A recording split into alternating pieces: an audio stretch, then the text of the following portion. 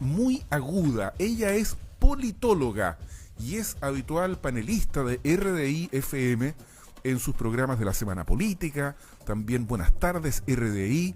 Ella es académica de la Universidad del Biobío, politóloga, es ingeniero comercial, pero ella ha devenido en esto del análisis político, y yo diría que lo ha hecho como la mejor. Estamos hablando de Paulina Pinchart. ¿Cómo estás, Paulina? Muy buenos días. Muy buenos días, Álvaro. Muy buenos días a todos esos auditores que madrugan contigo. Y con Joyce Olsen, que está aquí con nosotros. Y con Joyce también. Y todo el equipo de Buena Costumbre, Richard Seguel Solís y Matías, que está también con nosotros todas las mañanas despertando. Paulina, Matías Valencia. Paulina Pinchart, ¿quién ganó y quién perdió con esta postergación de la elección?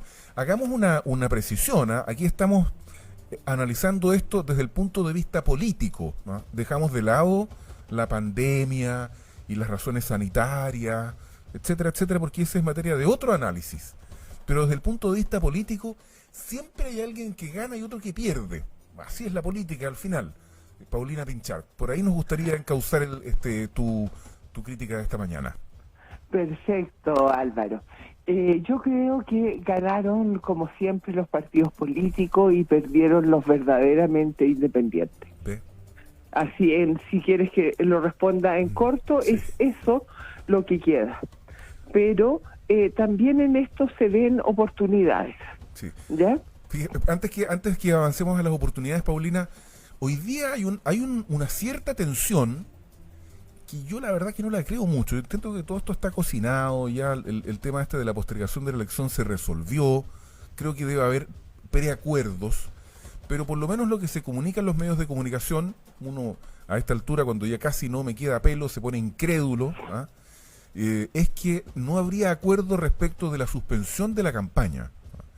Y eso dice incluso el Mercurio, por ejemplo, que amenazaría con que no hubiese acuerdo, ¿ah? Porque fundamentalmente algunos partidos de la derecha quieren que la campaña se mantenga. ¿Ah? Y ese sería el punto de la discordia, Paulina Pinchart. Sí, yo eso también lo he escuchado y la verdad es que tampoco lo creo mucho. ¿Por qué? Porque creo que cuando estas cosas ya se van tomando las decisiones, nosotros los vamos sabiendo siempre con un desfase a través de los medios. ¿Ya? ¿Y por qué esencialmente esto no lo creo? Porque por lo menos en el análisis que yo hago, esto a quien más le conviene es a los partidos políticos. Y sobre todo, ya le conviene a los partidos que están más estructurados y, entre comillas, más tradicionales, que apelan a lo de siempre, ya que apelan a su voto duro.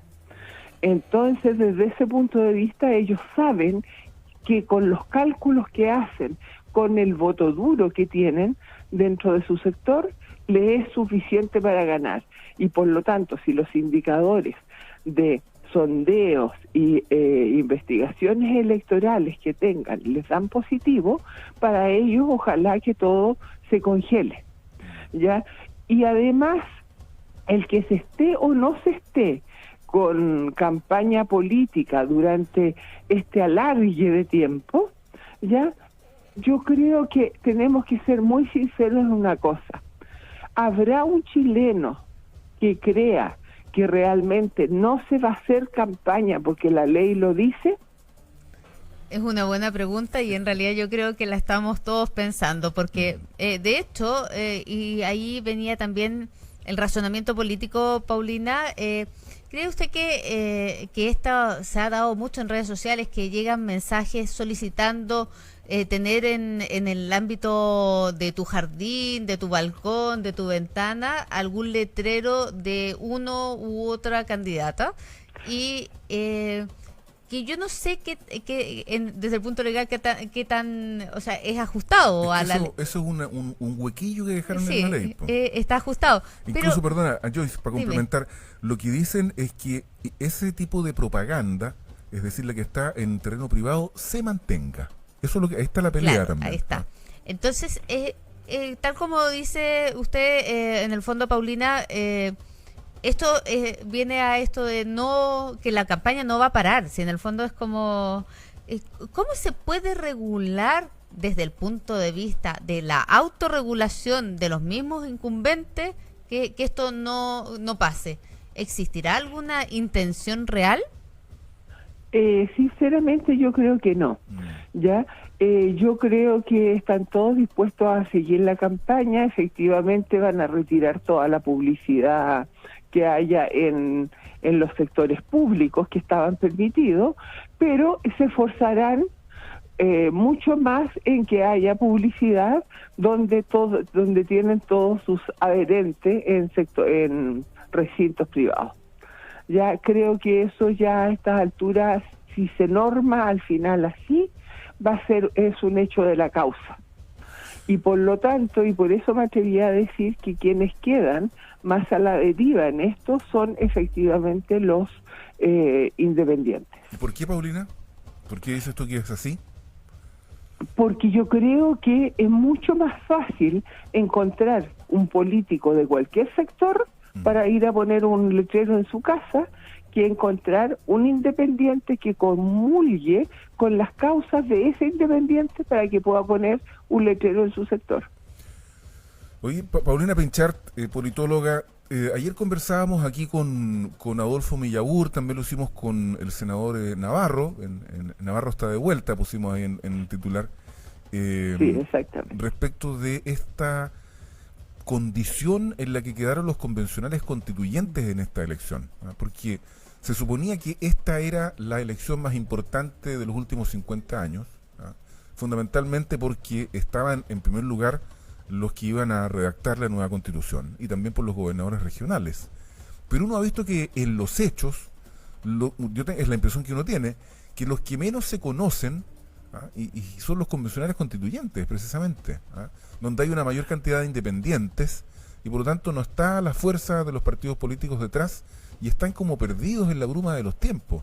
Es la impresión que uno tiene.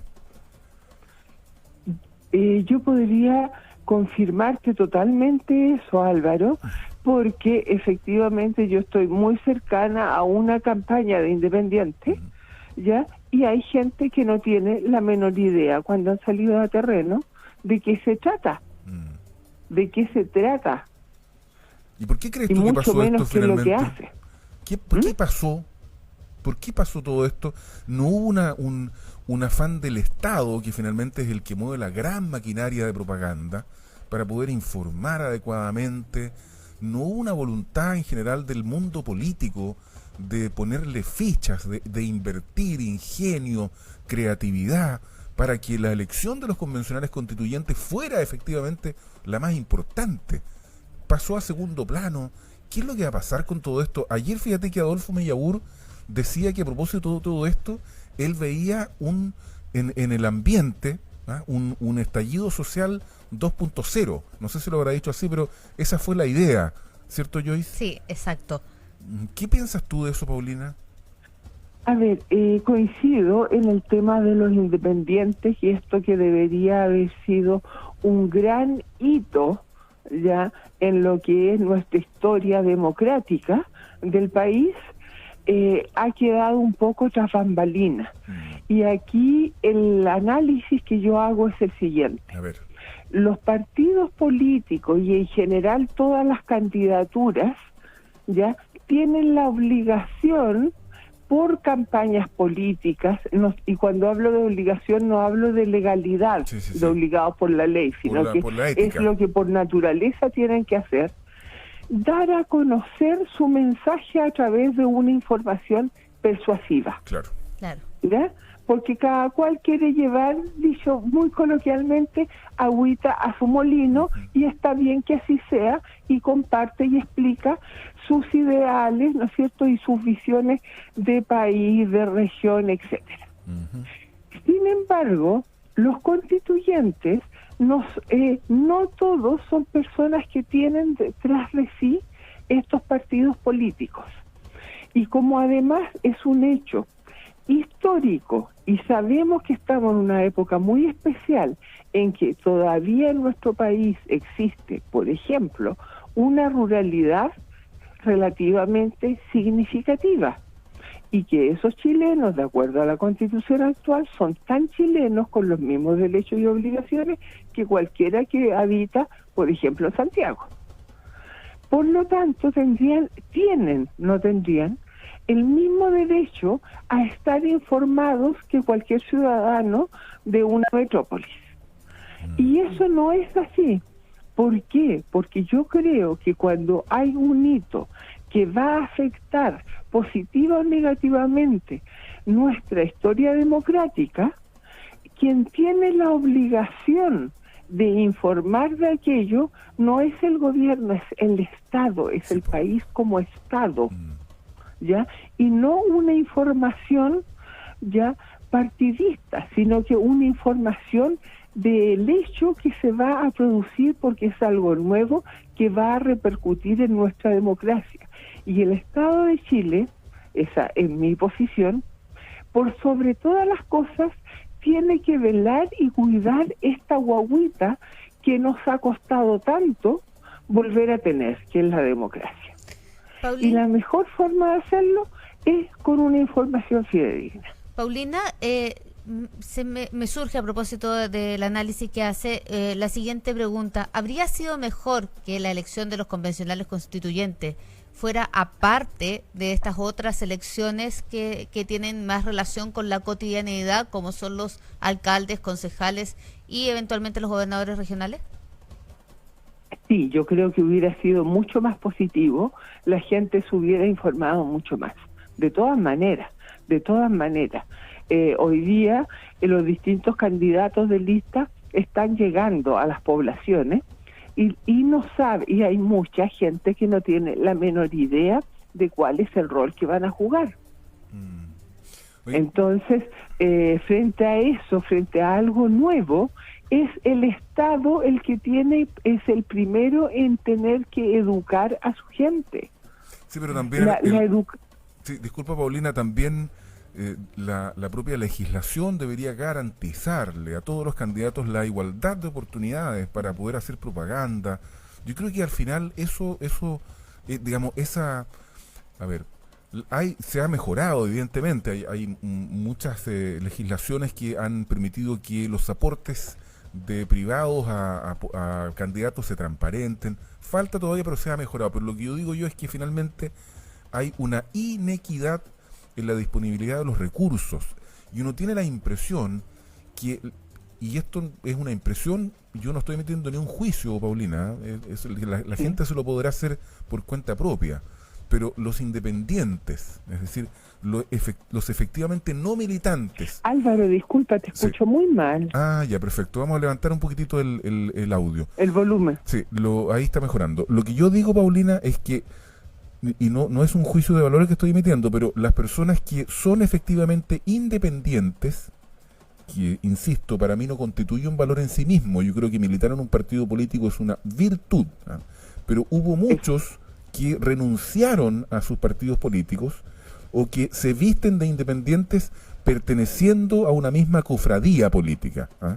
Y tengo la impresión de que estos segundos van a tener una ventaja con aquellos que se presentan de manera independiente,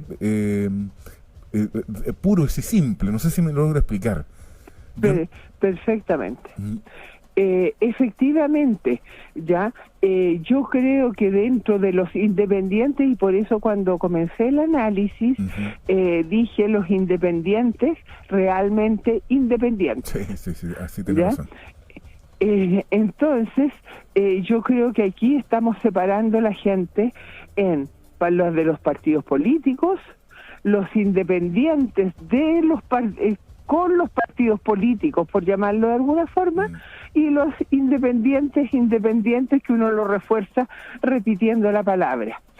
Pero en este caso son esos independientes que no tienen una relación ni un compromiso con partido político alguno, los más perjudicados. Sí. Y son los más perjudicados porque toda esa estructura propia de un partido político, y que está bien que la tenga, eso es lo que no tiene el verdaderamente independiente, porque el que es candidato independiente sale de algún grupo de base de la sociedad.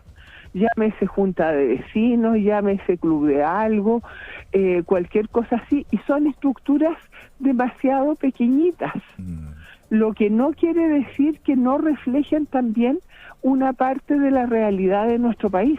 Sí, claro. ¿Ya? Y hay otra cosa en la cual efectivamente coincido contigo, pero hasta la mitad. Es que el pertenecer a un partido político, y esto es bueno que uno lo tenga claro, y desde la educación cívica formemos así a los niños sobre todo, no es algo malo. Sí, claro. Los partidos políticos y los políticos no son malos, al contrario, yo creo que es de las actividades más nobles que pueden existir en una sociedad, es dedicar la vida para el otro. Coincido plenamente contigo, Paulina. Absolutamente. El problema está aquí, que eso se les olvidó. ¿Ya? Entonces, y ese olvido de parte de los partidos políticos y de los políticos comenzó con el financiamiento de la política. Sí. ¿Ya? Cuando se olvida cuál es el fin último, que es el bien común, pues. El bien común. Y el bien común, exactamente. Entonces, obviamente estos independientes van a estar mucho más a la deriva. Pero yo insisto aquí en el planteamiento que la primera obligación para estos casos la tiene el Estado, ¿ya? Y el Estado tiene hoy día una oportunidad, como no la tuvo en ningún otro momento, de arreglar los... para mí es un error en realidad, ¿ya? Y es un error grave, ¿ya? Cometidos. Y eso quiere decir de que nunca... el Estado como gobierno nunca realmente encauzó, explicó lo que son las elecciones de constituyentes. Entonces, en teóricamente, ya tiempo de receso, podría hacer algo por el país como un todo, y es sacar la campaña informativa que nunca sacaron, explicando, pero no en términos legales, porque explicar de parte del CERVEL, o que es el órgano, digamos, a través del cual se canaliza la mayoría de la información respecto de elecciones, no es repetirle, y aquí hablo desde mi óptica profesional del marketing político, no es repetirle a la gente los mismos términos tal como están en la ley, o simplemente leerles artículos legales. Es justamente tener la sapiencia para que a partir de ese artículo legal que nos lleva a hacer tal o cual cosa como sociedad, explicarlo con palabras simples. Tal cual. Porque si lo explican con palabras simples y usan estos días, podrían efectivamente primero tener una sociedad menos ignorante. Bueno, ahí está la oportunidad de la que hablabas tú hace un rato, Paulina, y coincidimos plenamente. Exactamente.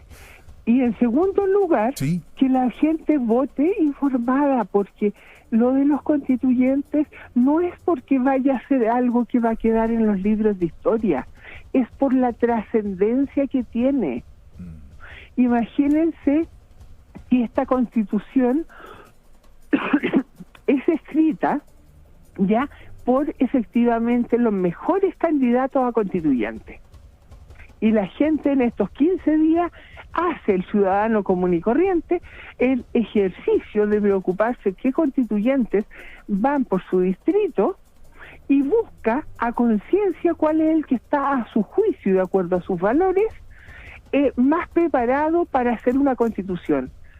Va a haber un grado de involucramiento de la ciudadanía maravilloso, y eso va a permitir, porque recordemos que esto es un proceso constituyente que partió, ¿no es cierto?, con el plebiscito, que sigue con estas elecciones, pero después hay un acompañamiento. Los constituyentes tienen los constituyentes elegidos van a tener la obligación de escribir la Constitución que en el fondo la gente les mandata por representatividad. Y nunca van a poder hacer un mejor ejercicio de eso si hay un proceso participativo de la ciudadanía de retroalimentación durante toda esta escritura. Y la gente no quiere participar de eso porque dice, ya no quiero más políticos.